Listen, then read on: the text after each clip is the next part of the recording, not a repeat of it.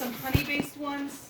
There was access to glycerin in some places. And remember, we do a lot of trading, especially medicinally wise. Our physicians, Scottish physicians, are well regarded in Europe. Okay? For whatever it is, our physicians are very well regarded in Europe at this time. Okay, and of course a tincture. Tincture is going to be alcohol-based. Tinctures are considered really, really powerful medicine. And what we're talking about is we're not talking about just like general alcohol. We're talking about generally distilled alcohol. And thinking about how Scottish people feel about whiskey, this is our big distilled alcohol. But we would have used it before it was. We would have used raw whiskey before it's put in barrels and left to set. And you would have made tinctures out of this. Some of them actually are still around today in the forms of cocktail bitters that you can do, including bitter orange was a very popular one at this time. So you can go take a look at those if you want. You've got to be really, really careful if you decide to use this because they can pull out stuff, especially if they get too warm, that's toxic, in particular to your liver. And whatever you do, never, ever, ever, ever, ever make a tincture out of mushroom. Oh yeah. Just don't. Okay? There will be a lot of experts, you get a PhD in it by all means. You go tincture your mushrooms. But lichens, for the most part, by the way, all poisonous. Okay? It's not 100% rule, but I'm telling you right now, No lichens. no lichens. Lichens are awesome dyes. They do we would have used them externally, but internally they're almost always poison. And some of them, even in alcohols, the stuff gets out and it can actually go through your skin. So don't play around with this. If you want to pretend you're going to do some of this and have some of that out there, by all means, go get the cocktail ones. Go do some bitter orange. Go do some Angostura. Go do some of those. They're all great. But don't. Okay. So let's talk about disease real briefly. How am I doing? I'm doing okay. I'm trying to go a little faster today. It's okay. I went over, you can go over. Okay. Now, here's the thing.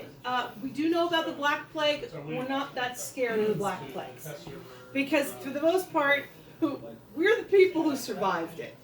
Okay? And it does pop up. I was worried that I stepped on a dog for a second. It does pop up occasionally, but it's not what we're really afeared of. There are some other plagues of our time, including one that's called the Septis Plague, and it's got a 99% fatality rate if you get it, because it causes it's where we get the word septics from when we're talking about bacterial infections of the blood. There's a couple others that are going around right now. One of them is the sweating sickness. You want to be afraid of something in character, be afraid of that. Honestly, we should all be afraid of it anyway. But We have no idea what it was. we don't know. We do not know what this thing was. And it went through and it killed lots of people. And there were two versions of it. And the thing about the sweating sickness is basically you start sweating and then you die. Huh. And really, literally, there were people, and I'm not talking about like a couple days, I'm serious, within 24 hours, you're dead. And there were two versions of it that we think now, one of which you were dead within 24 hours. If you got the milder version of it, then in about 72 hours, you felt fine. Oh. Could this be the origin of the coin of phrase, it's nothing to sweat about? I have no idea. I have no idea, but this is what people feared because unlike the Black Plague where you could see it coming, unlike other plagues where people had big symptoms, you just got sick. And people would just like really literally you wake up and then you get a little bit of a headache. I'm gonna make you all nervous now, right? You get a little bit of headache and then you start to sweat, like those, meat sweat kind of things going on. And then your fever spikes and you either die or recover. It's the period coronavirus. Totally. Okay, I went to Costco this morning, and that was no joke. At 10 o'clock this morning, there were about 200 people waiting to get in, and I could not even make it to the back of Costco to get eggs. Yep. It was We were there scary. on Friday. Same I deal. was like, they are sold out of rice. They're almost sold out of chicken broth. Thankfully, I needed rice, but I didn't need chicken broth. I actually talked to someone about this. I'm like, how do you not have rice? We can talk about that later, Okay, but let's finish this up. We did know about tuberculosis. We wouldn't have called called it necessarily tuberculosis. Wasting disease. It's wasting disease, consumption. One of them is called, let's see what is it? It's called iron chest is one of the words that we would have used to do it. Typhus. Now here's the thing. Just about, I don't know, 30 or 40 diseases give you a fever and make you puke and poop, coming out both ends. And really, literally everything that makes you vomit and have diarrhea, we just would have called typhus. It just would have been typhus. We just call it typhus. That's it. Sometimes ship's fever was another word because sailors brought it in with them a lot. But typhus would have been it. Measles, scarlet fever would have been a thing. Scarlet fever is what you get when you have strep throat that goes unchecked, and you get a rash. Diphtheria. Another fun one. Okay, pox. Let's just talk about pox. Pox is anything where you get dots. Chicken pox, cow pox, smallpox, the French pox. And by the way, the French called the French pox the English pox, just so we're clear on this. All right, pox, in that particular case, the French pox is also known as syphilis. Because, Yes, of course it was. yeah. So that's syphilis.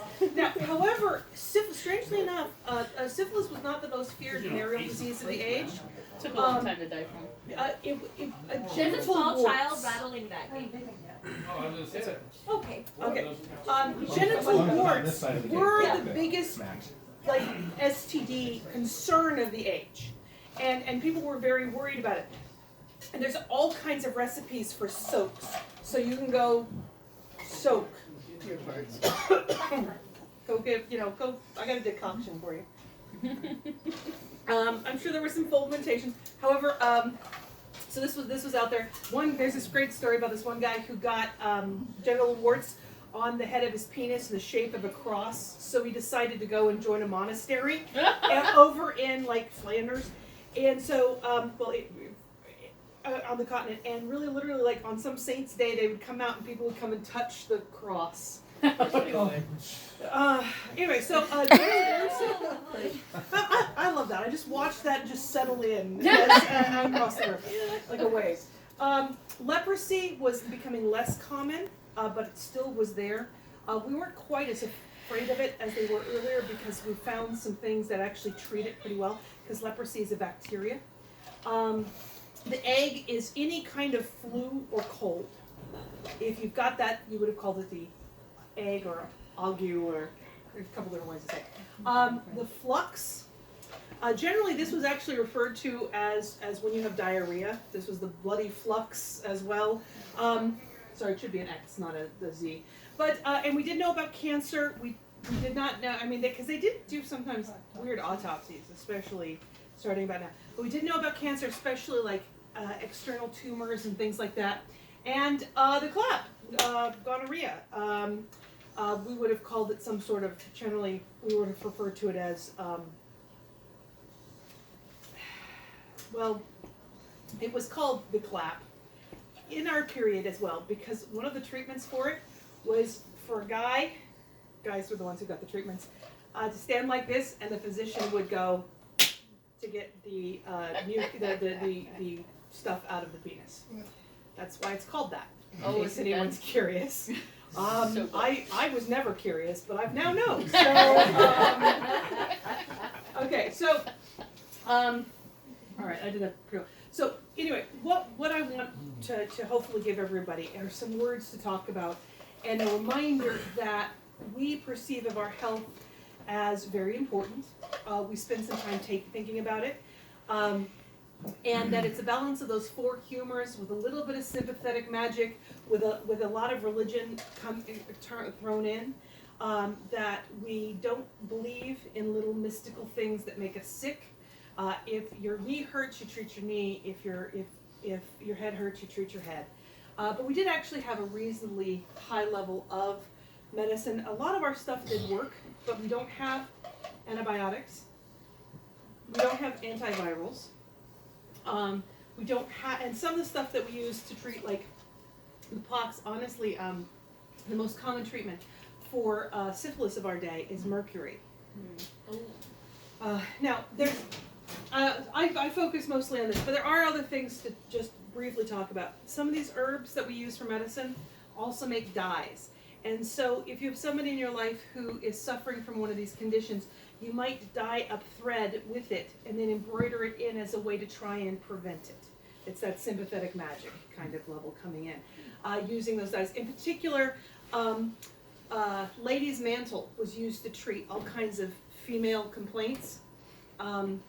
And women would have used that. I mean, you might have embroidered some things with it, or honestly soaked the rags that you use to deal with menstruation in it as a way to deal with it. Fomentation. So, like if you've got cramps or whatever, you know, we're looking at a hot poultice would work as well. But anyway, so the dyes were there. There's also a lot of cleaning that goes on using this stuff. And a lot of things that are anti-vermin, anti-insect. However, the vast majority of those are really poisonous. They really are poisonous. And I don't recommend anyone actually use them nowadays. But if you want to talk about, oh yes, we're going to set this out, you can, but don't do it. If I had time to go take off work and go research it, I have begun to think in some of the stuff that I've been reading and researching that a lot of deaths of young children are not actually caused by disease, but were caused because they actually accidentally ingested some of these poisons that were left out. Because you would leave out a tray of milk with various, like, rue in it, and some other things in it, like, honestly, they did use lead, and lead tastes sweet, but rue and a couple other things, and all you need is a little kid to come and put their hand in it, lick their hand a couple times, and now they've got that poison in them as well. And most of the poisons, what they cause in human beings, are vomiting and diarrhea, and so does like everything that kills children, right? Especially really fast. So a lot of that was out there. I don't know, do you guys have any questions? Yeah. I've been told that there has been some want to have an apothecary tent or setup for clan. I'm interested in being a spokesperson for that if that's something that you guys want to do. You're welcome to do I mean, I have all my books here. I've got this. You're welcome to go take a look at it and go do. If you're looking for theatrical bits to play with that, an apothecary is not something we really would have had, but we would have had someone who's got the stuff that you go hang out with, like, you know, that you go pick it up from them.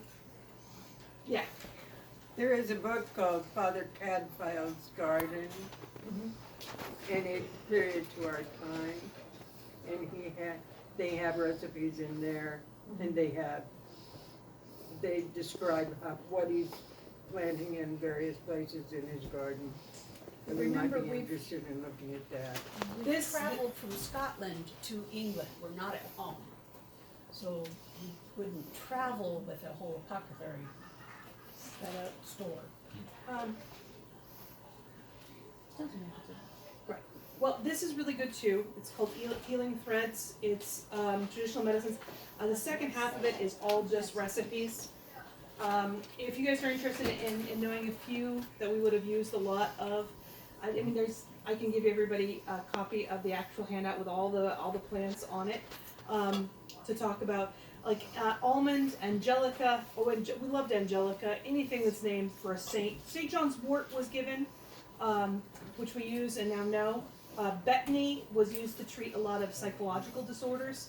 If you were feeling anxious or stressed, betony was given. It was called a courage cup. You would have taken betony flowers and put them in a wine, generally let them steep, and then it helps. It actually does help deal with some of those anxiety issues. I will ask this from anybody when you do this. If you are interested in having more detailed conversations with people about what we're taking and what we're doing, be very careful about what you are putting out there. Because I deal with 12-year-olds on a regular basis, and if anybody's going to take anything I say and run with it in a bad fashion, it's those people, right? And all kinds of stuff like that. I get phone calls from parents like, "You told them." I did not say that. I didn't even come close to saying that. So imagine you're dealing with a 12-year-old. who's going to tell somebody else or who's going to misremember it when they get home later on. So just be very careful about what you're going to do and what you say. However, certain things are really great theatrically, talking about people with a cut, wrapping your own cuts with things, discussing some noxious fomentation that you put on and put some nasty things in there, because we would have done that. I've really got a great there's a great puffin poultice in here, if anyone is interested. I'm really intrigued to go and try and find some sort of dried bird from a Chinese apothecary, and just telling people it's a puffin poultice and see if I can get any takers. See, like that's a great thing. Like wander around and go, I'm new and improved puffin poultice. Anyone? Somebody will buy it from you. There you go. Yeah. I don't recommend it. Rabbit heads. Okay. 6 people here, but okay. All right, then I think we'll go ahead and you want to start at 2. Sure.